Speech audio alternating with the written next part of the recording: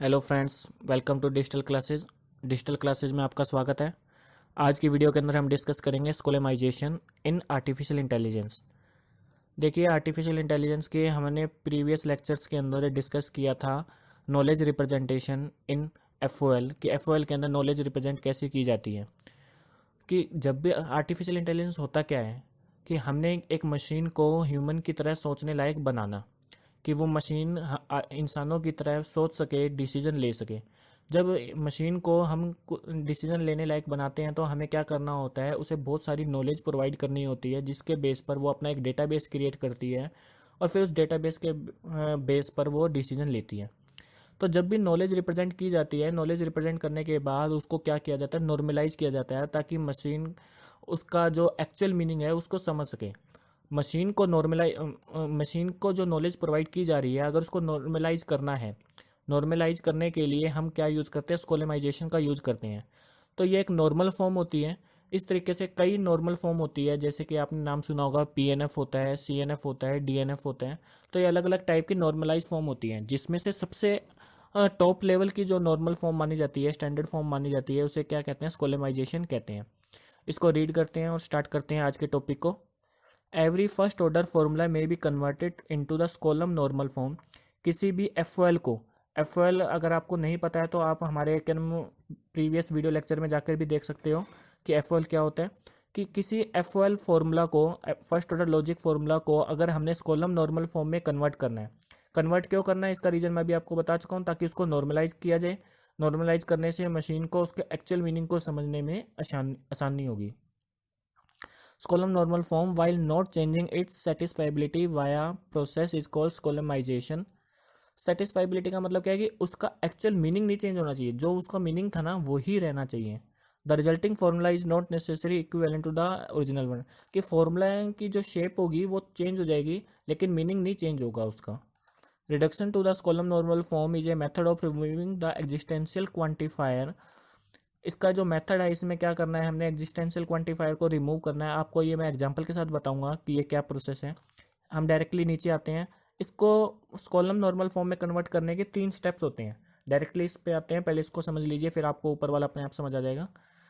कि पहला स्टेप क्या है, कि जो भी आपको एफ गिवन है, एफ बोलो या एफ बोलो, एक ही बात होती है। फर्स्ट ऑर्डर प्रिडिकेट लॉजिक बोलो या फर्स्ट ऑर्डर लॉजिक, तो उसको सबसे पहले पीएनएफ में कन्वर्ट कर लीजिए। पीएनएफ भी एक टाइप ऑफ नॉर्मल फॉर्म है, जिसकी फुल फॉर्म होती है प्रीनिक्स नॉर्मल फॉर्म। ये दिखती क्या है और ये कैसे कन्वर्ट किया जाता है, इसके बारे में मैं आपको बेसिक सा आइडिया दे देता हूँ। प्रीनिक्स नॉर्मल फॉर्म होती कैसी है वो मैं आपको दिखाता हूँ। देखिए, ये ऐसी नॉर्मल फॉर्म जिसके अंदर जो भी क्वांटिफायर है, अगर आपको क्वांटिफायर नहीं पता तो इसका मतलब है आपने अभी तक एफ का टॉपिक कंप्लीट नहीं किया है। तो मैं आपसे रिक्वेस्ट करूंगा कि पहले आप एक बार एफ के बारे में पढ़ लीजिए, क्योंकि जब तक आप एफ को कंप्लीटली नहीं पढ़ोगे तब तक आपको स्कोलेमाइजेशन के बारे में पता नहीं लग पाएगा। तो एफ प्रीनिक्स नॉर्मल फॉर्म क्या होती है, कि ऐसी नॉर्मल फॉर्म जिसके अंदर जितने भी क्वांटिफायर हैं, इनको बोलते हैं क्वांटिफायर, फॉर ऑल, ये एग्जिस्टेंशियल क्वांटिफायर। इन सब को क्या करना होता है, लेफ्ट हैंड साइड में बाहर की तरफ लिखना होता है। जितने भी क्वांटिफायर जो कि लिटरल्स के अंदर आ रहे हैं, यहाँ पर एक्सप्रेशन के अंदर आ रहे हैं, उनको सबको बाहर की तरफ अगर लिख देते हैं तो उसे क्या बोलते हैं, प्रीनिक्स नॉर्मल फॉर्म बोलते हैं।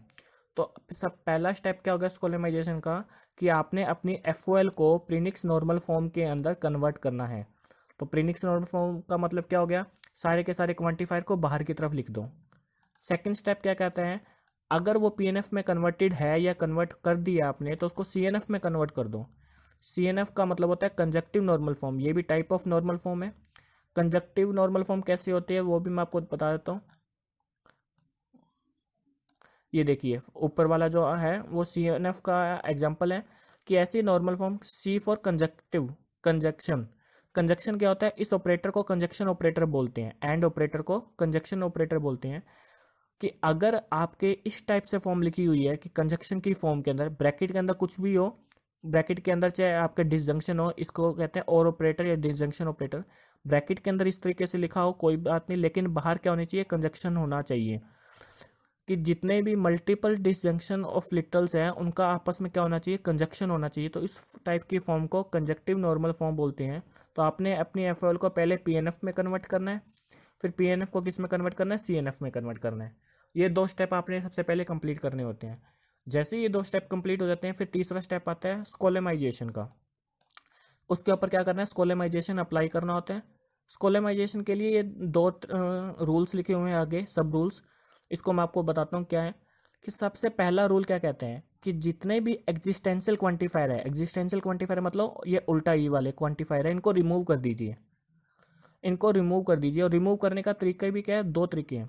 पहला क्या कहते हैं, पहला रूल कहता है कि अगर एग्जिस्टेंशियल क्वांटिफायर से पहले कोई भी फॉर ऑल नहीं है, इस एग्जिस्टेंशियल क्वांटिफायर से पहले कोई फॉर ऑल का सिंबल नहीं है, इस टाइप का सिंबल नहीं है, तो इसको रिमूव कर दीजिए। और इसकी जगह पर यहाँ पर, जैसे इसको मैं रिमूव करूँगा एग्जिस्टेंशियल एक्स को, और इस एक्स की जगह पर मैं क्या लिख दूंगा, कोई भी एक नया कांस्टेंट लिख दूंगा। जैसे कि मैंने लिख दिया सी, एक्स को रिमूव करके सी लिख दिया।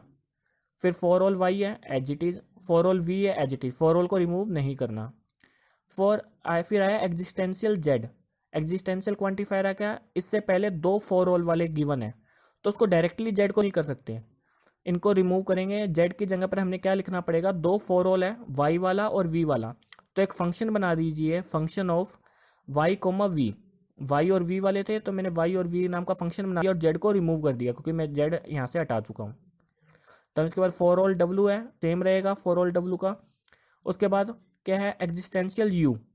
जैसे यू आया तो हमने यू को भी हटाना पड़ेगा, और यू से पहले देखिए कौन से फॉर ऑल है, वाई वाला, वी वाला और डब्ल्यू वाला। तो हमने क्या करेंगे, इस यू वाले की जगह पर, ये यू वाले की जगह पर वाई, वी और डब्ल्यू का जो कॉम्बिनेशन में एक फंक्शन लिख देंगे, देन वी और डब्ल्यू को एज इट इज लिख देंगे। तो इस तरीके से आप किसी भी एक्सप्रेशन को किसके अंदर कन्वर्ट कर सकते हो, स्कोलेमाइजेशन के अंदर कन्वर्ट कर सकते हो, एक नॉर्मलाइज फॉर्म में कन्वर्ट कर सकते हो। अगर आपको मेरे इस टॉपिक के नोट्स चाहिए तो आप हमारी इस वेबसाइट के ऊपर जाकर भी नोट्स को पढ़ सकते हो, देख सकते हो, यूज कर सकते हो। आज की वीडियो के लिए इतना ही। Thank you so much.